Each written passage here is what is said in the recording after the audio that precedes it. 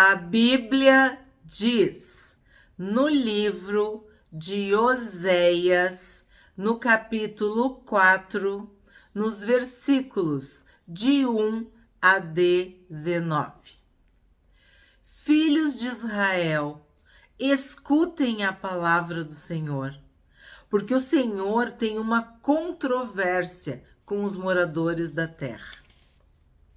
Não há verdade, nem amor, nem conhecimento de Deus na terra, mas apenas juramento falso, mentira e assassinato, roubo e adultério, a violência e homicídios sobre homicídios. Hoje nós vamos estudar Oséias. Oséias é um profeta que profetizou para o reino do norte, para Israel.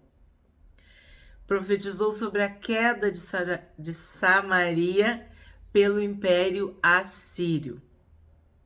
O livro de Oséias tem 14 capítulos e nós vamos estudar apenas dois, porque foram esses os destaques feitos pelo meu pai. O que significa Oséias?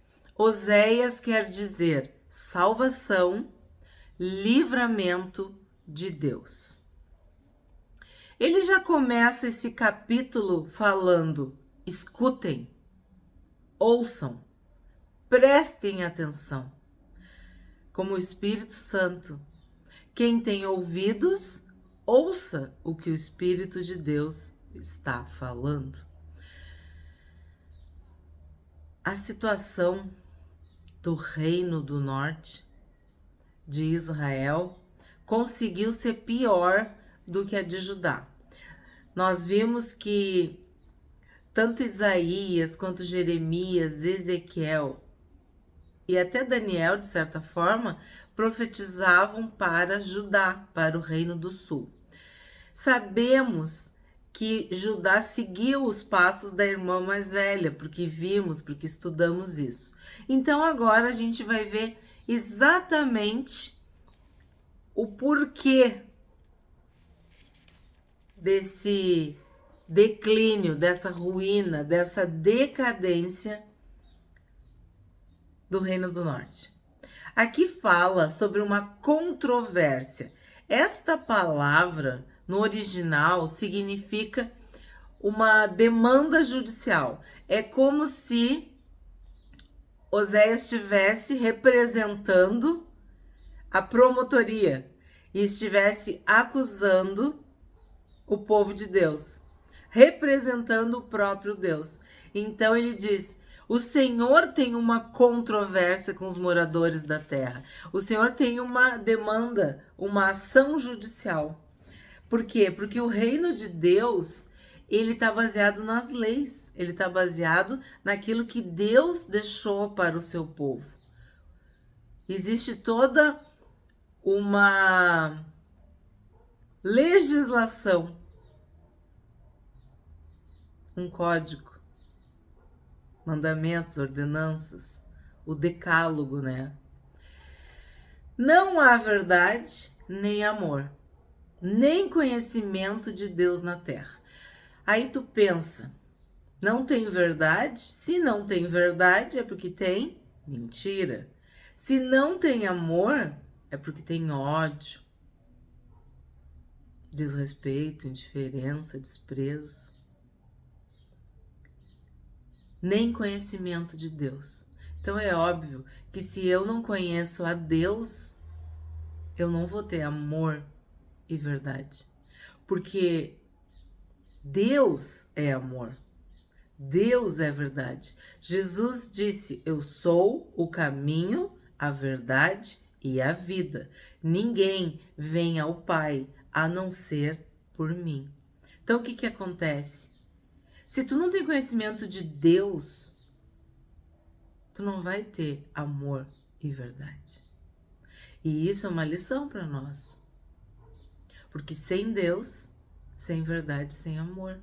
Porque as pessoas atualmente dizem o amor, o amor, o amor. Ah, porque o mais importante é o amor, porque eu tenho amor, porque eu vivo no amor, porque eu faço tudo por amor, amor, amor. Mas não tem Deus no coração, não tem Deus na vida, não conhece a Deus, não conhece a palavra de Deus, não conhece a vontade de Deus. Então, que amor é esse? Esse amor virou até um Deus, mas não é o verdadeiro Deus. Porque o Deus verdadeiro, ele se manifesta no amor. Ele se revela, ele se expressa no amor. Porque ele é amor, é um dos atributos de Deus, é a natureza de Deus. Então, tu para conhecer o verdadeiro amor, tu precisa de Deus. O amor cobre uma multidão de pecados. O verdadeiro amor lança fora todo medo, toda dor, toda culpa, toda acusação, porque Deus é amor, Jesus é amor. Por tanto amor que Deus teve e tem, né, por nós, que ele enviou o seu Filho para morrer por nós, por amor.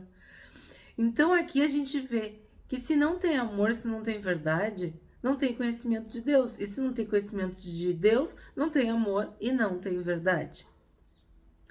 E aí o que tu vai ter? Apenas juramento falso, mentira e assassinato, roubo e adultério, a violência e homicídios sobre homicídios. Porque qual é a liga, o cimento, o que une as pessoas? É o amor. Se não há amor, elas mentem umas para as outras.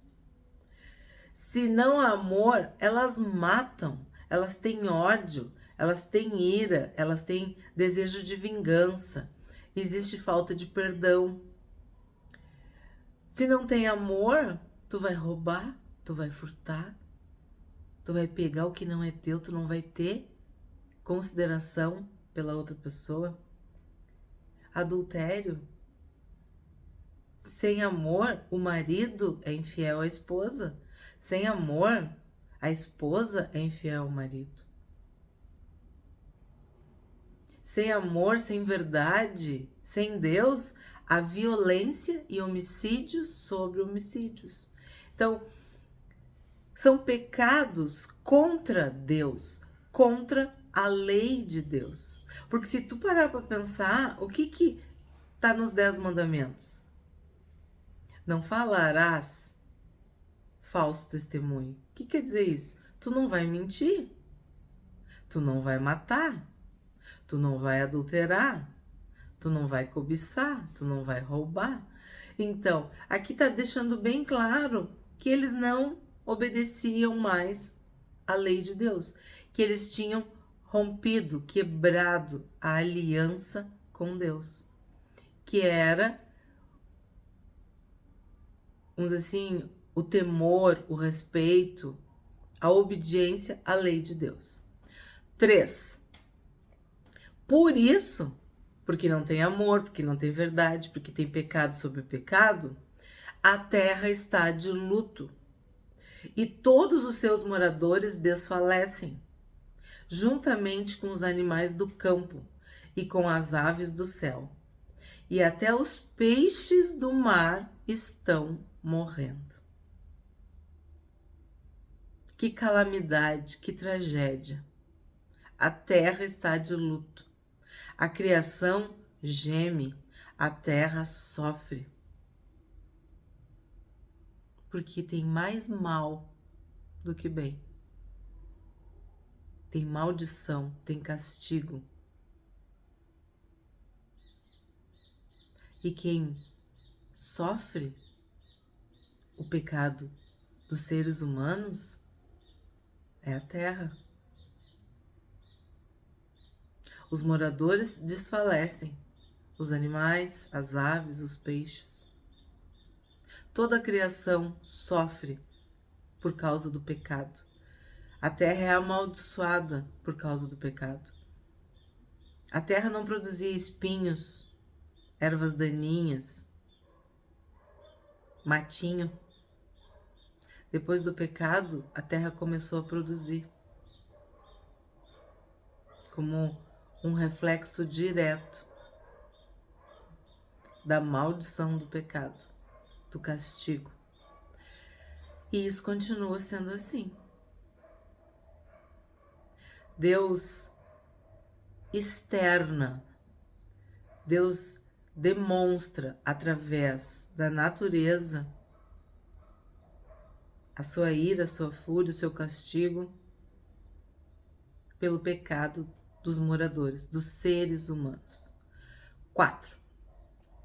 Todavia que ninguém acuse nem repreenda, porque a minha acusação é contra vocês, sacerdotes. Por isso vocês tropeçarão de dia, e os profetas juntamente com vocês tropeçarão de noite. E eu destruirei a mãe de vocês. O meu povo está sendo destruído, pois lhe falta o conhecimento. Pelo fato de vocês, sacerdotes, rejeitarem o conhecimento, também eu os rejeitarei, para que não sejam mais sacerdotes diante de mim, visto que se esqueceram da lei do seu Deus. Também eu me esquecerei dos seus filhos. Quanto mais estes se multiplicaram, tanto mais contra mim pecaram. Eu mudarei a sua honra em vergonha. Alimentam-se do pecado do meu povo, e o seu maior desejo é que o povo continue a pecar. Por isso, tal povo, tal sacerdote, eu os castigarei pela sua conduta, e lhes darei o que merecem por seus atos. Então a gente está vendo o quê? Que o pecado era generalizado. Tanto o povo quanto os profetas e os sacerdotes pecavam. Eu disse para vocês que era idêntico ao que a gente tinha estudado em Judá. Então, por falta do conhecimento, por falta de conhecimento, por falta de conhecer o Deus vivo, o Deus verdadeiro, eles estão sofrendo, eles estão perecendo, eles estão sendo destruídos. E é muito interessante, eu sublinharia, no verso 6, o meu povo está sendo destruído, porque lhe falta conhecimento. O meu povo. O povo de Deus. O povo separado, consagrado. O povo que se chama pelo nome de Deus. Esse povo está sendo destruído porque falta conhecimento. Falta conhecimento da palavra, falta conhecimento do Altíssimo. Tem uns que rejeitam, não querem o conhecimento. Tem outros que não ensinam o conhecimento, retêm, escondem, guardam para si, ou querem que esse conhecimento desapareça. Então eles não ensinam. Eles sabem, mas não ensinam. E tem ainda os que ensinam, mas ensinam errado. Ensinam mentiras, ensinam enganos, ensinam sofismas, manipulam o povo. Querem que o povo peque, querem que o povo fique amarrado, então não ensinam a verdade. Porque se tu ensinar a verdade, o povo vai ser livre. E aí, como é que tu fica se tu tá ensinando errado? Então, o que eles fazem? Para manter o ciclo, eles seguem ensinando errado, eles seguem ensinando mentiras, eles seguem enganando o povo. 10. Comerão, mas não ficarão satisfeitos. Eles se entregarão à prostituição, mas não se multiplicarão, porque deixaram de adorar o Senhor. A prostituição, o vinho envelhecido e o vinho novo tiram o entendimento. Então, vimos todo o tipo de pecado. Eles pecam porque não têm conhecimento. E esse conhecimento não vem dos líderes, não vem dos profetas, não vem dos sacerdotes. Então o povo tá perdido, tá caído. E aqui fala que eles comerão, mas não ficarão satisfeitos. Isso é para deixar bem claro que a pessoa não vai encontrar o que ela tá procurando. Porque quando tu come, tu fica satisfeito. Mas aqui eles vão comer e não ficarão satisfeitos. Então significa que eles não serão alimentados verdadeiramente. Eles não serão nutridos. É como se tu comer um alimento pobre em nutrientes. Algo que tu come só pelos olhos, não porque aquilo vai fazer bem para tua saúde, não porque aquilo vai te fortalecer, não porque aquilo vai te dar uma saúde mental, porque tu vai ter força, tu vai ter disposição, tu vai ter uma saúde geral, porque tu te alimenta bem. Não, não é isso. Tu vai te alimentar e tu não vai te fartar. Tu nunca vai te encher, tu nunca vai ficar satisfeito. Tu nunca vai ser preenchido, tu nunca vai ser nutrido.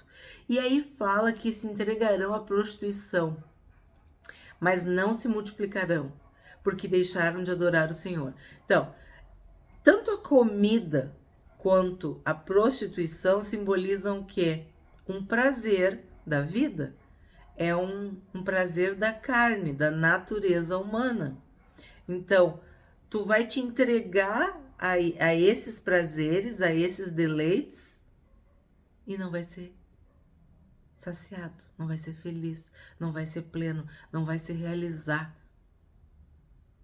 Por quê? Porque deixaram de adorar o Senhor. Então, o segredo da felicidade, o segredo do contentamento, de tu estar bem, de tu estar em paz, de tu estar feliz, de tu ter saúde física, mental, emocional, mental, psíquica, espiritual, social, quer dizer, tudo tá bem? É adorar a Deus. Porque tu foi criado para o louvor e para a glória de Deus, para adorar a Deus, para se voltar para o Criador, para estar unido, ligado, conectado com o Criador.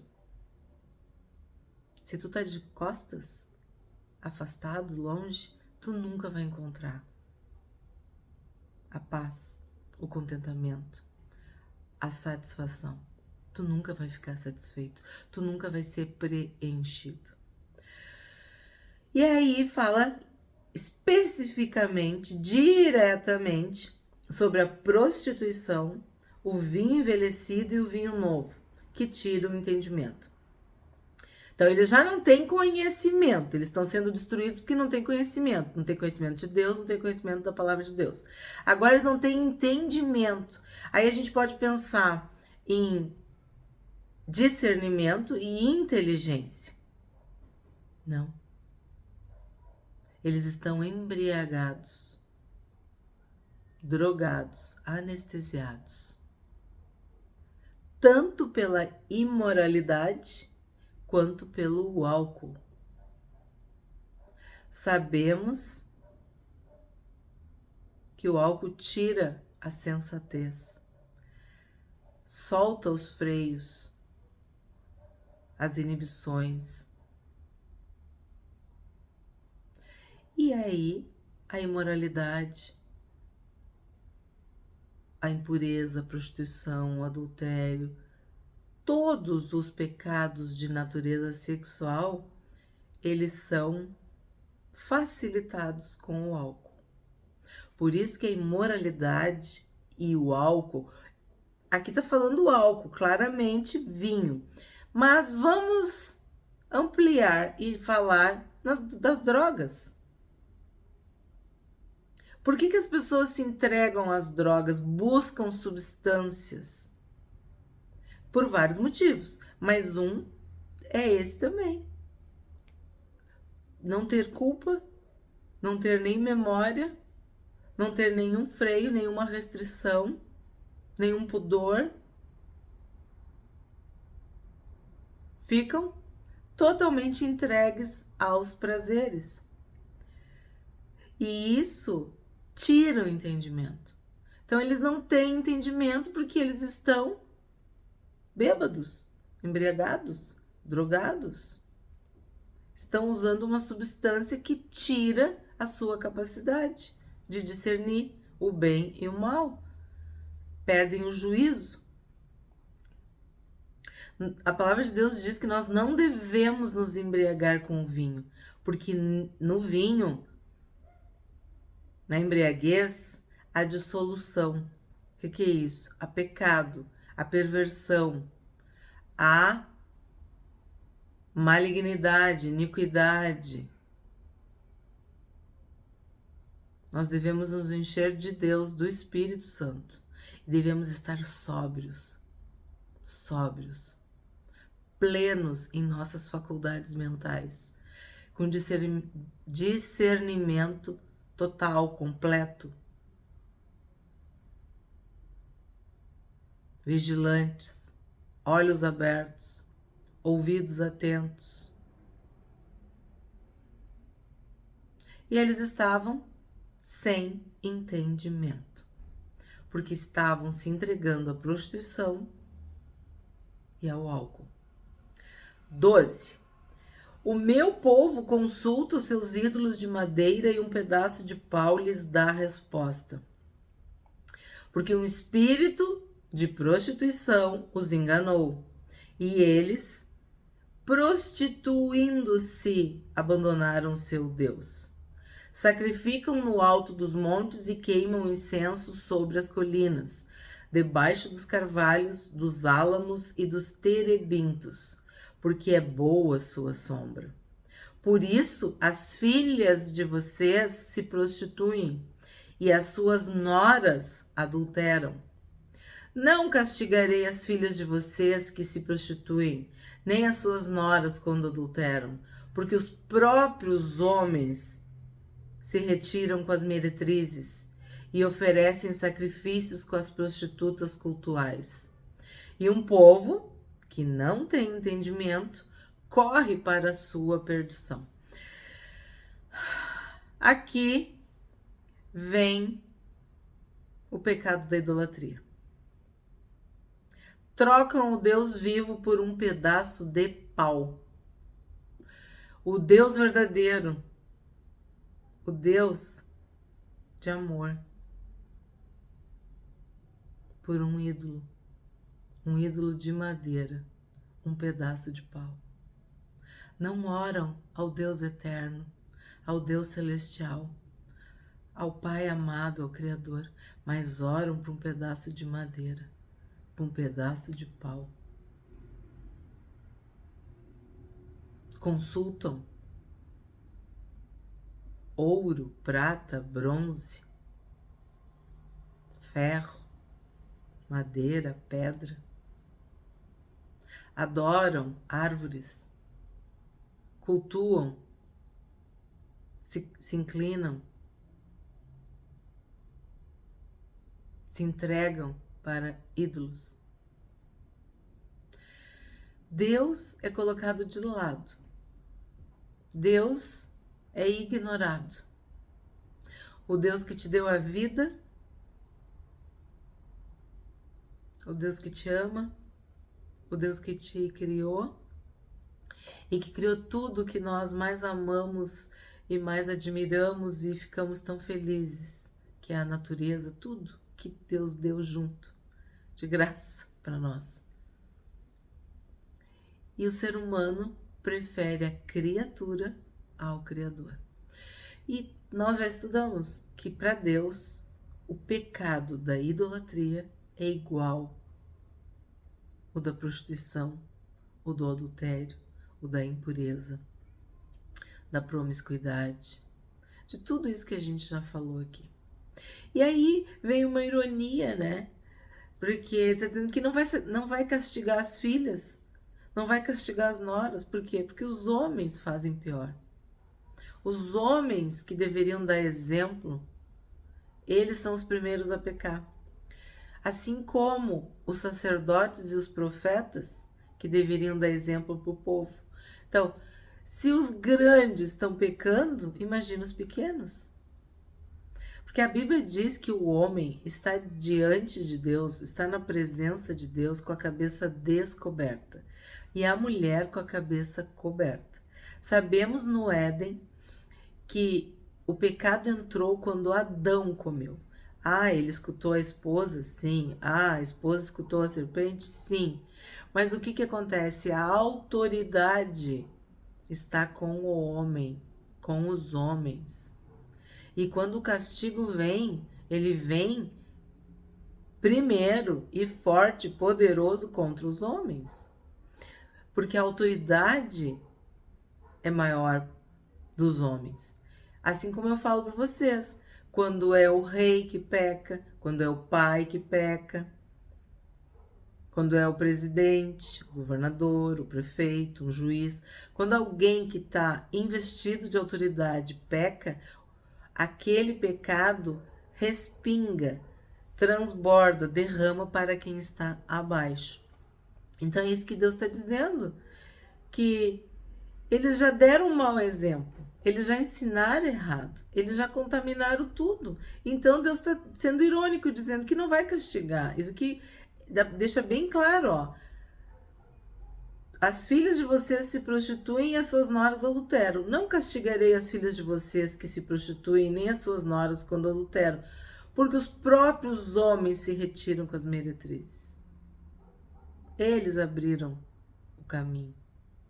Eles deram o mau exemplo. Eles contaminaram. Eles pecaram primeiro. 15. Se você, Israel, quer se prostituir, pelo menos não faça com que Judá se torne culpado. Não venham a Gilgal, nem subam a Bet-Aven. E não jurem dizendo, tão certo como vive o Senhor. Como vaca rebelde, Israel se rebelou. Será que o Senhor pode apacentá-los num lugar espaçoso, como se fossem cordeiros? Aqui eu dei uma pesquisada sobre Bet-Aven. Significa casa da iniquidade, ou casa da idolatria, ou casa da vaidade. E é um trocadilho com Betel, que seria casa de Deus. Então, tu não quer ir para a casa de Deus, tu não quer ir para a presença de Deus, tu não quer estar com Deus, mas tu quer pecar, tu quer estar na iniquidade, na idolatria, na vaidade. Então é isso que ele está falando. Ele está falando que as pessoas não têm prazer de estar na casa do Pai, mas têm prazer de estar na casa da iniquidade. E sim, isso é verdade. A pessoa vai pro bar, mas não vai para a igreja. A pessoa vai, sei lá, para um jogo, não vai para a igreja. A pessoa vai para uma festa, mas não vai para a igreja. Podia dizer vários lugares em que a pessoa tem o seu prazer naquele lugar, naquele evento, naquele entretenimento, naquele lazer, né? Naquele prazer, mas não na casa de Deus, não na casa do Pai. E na igreja isso aí é muito chato. Eu vou a qualquer lugar, menos na casa de Deus, na casa do Pai. Então, Bet-Aven está em contraposição a Betel. Entende? Deus está falando assim, vocês querem ir para a casa da iniquidade, vocês querem ir para a casa do pecado, vocês querem fazer o que vocês quiserem, mas não querem estar na minha casa comigo, na casa de Deus. E aí não tem como, né, pessoal? Tem que falar desse ali, como vaca rebelde, Israel se rebelou. Vaca rebelde. Eu acho que não preciso nem falar, né? Uma vaca rebelde. É isso. Eu imagino que uma vaca rebelde decoice, fuja, dá cabeçada, Morda? Não sei. Sei que é uma vaca rebelde que foge. E aí Deus diz: será que eu posso apacentá-los? Como se fossem cordeiros? A ideia de que cordeiros e ovelhas são mansos, são obedientes, gostam de estar junto. E a vaca rebelde quer estar longe, bem longe. 17. Efraim está entregue aos ídolos. É deixá-lo. Então, é melhor deixar Efraim entregue aos ídolos. Efraim, eu já expliquei para vocês, é um sinônimo do Reino do Norte. É uma das tribos que é uma referência quando, para não falar Israel nem Reino do Norte, fala Efraim. É a mesma coisa, é igual. 18. Tendo acabado de beber, eles se entregam à prostituição. Os seus príncipes amam apaixonadamente a desonra. Então agora não é o povo, não são os profetas, não são os sacerdotes, são os príncipes, os reis. E de novo, a bebida, o álcool, tá junto com a prostituição. E aí vem apaixonadamente, a paixão, né? A desonra, a loucura, o desespero, aquela coisa desenfreada, descontrolada, obsessiva que o pecado produz. 19. O vento os envolveu nas suas asas e eles ficarão envergonhados por causa dos seus sacrifícios. Então, o vento os envolveu. A gente pensa assim, o que o vento leva, né? A gente pode pensar, se tu olha uma folha sendo levada pelo vento, mas quando o vento é forte, ele leva até uma casa, ele leva até animais, ele leva pessoas. Então, o vento os envolveu nas suas asas. É uma simbologia para dizer que eles estão livres para pecar, que eles estão livres, leves, soltos, estão entregues, sabe? Deixa a vida me levar, deixa o vento me levar, deixa o pecado me levar, deixa a minha carne me levar, deixa o meu prazer, o meu deleite, a minha vontade, os meus desejos. É isso. Eles estão perdidos, mas acham que estão livres, leves e soltos para pecar. E a consequência de todo pecado é a vergonha. É aquele mal-estar depois, né, que passa a bebedeira, depois que a pessoa já se satisfez sexualmente, passa, porque é um prazer momentâneo, é passageiro. E aí vem o quê? Vem a culpa, vem a vergonha, vem a tristeza, vem a ressaca, vem as consequências daqueles atos apaixonados e loucos. E aí, o que a pessoa faz? Para não lidar com isso que ela está sentindo, ela vai e peca mais, e mais, e mais. E peca de novo, e vai, para não lidar com esta vergonha. O que a gente aprende hoje com esse capítulo de Oséias? De que devido à mentira, à morte, ao furto, ao adultério, a terra está de luto, e os animais, as aves e os peixes perecem. O meu povo, quer dizer, o povo de Deus, o povo que se chama pelo nome de Deus, está sendo destruído porque lhe falta o conhecimento.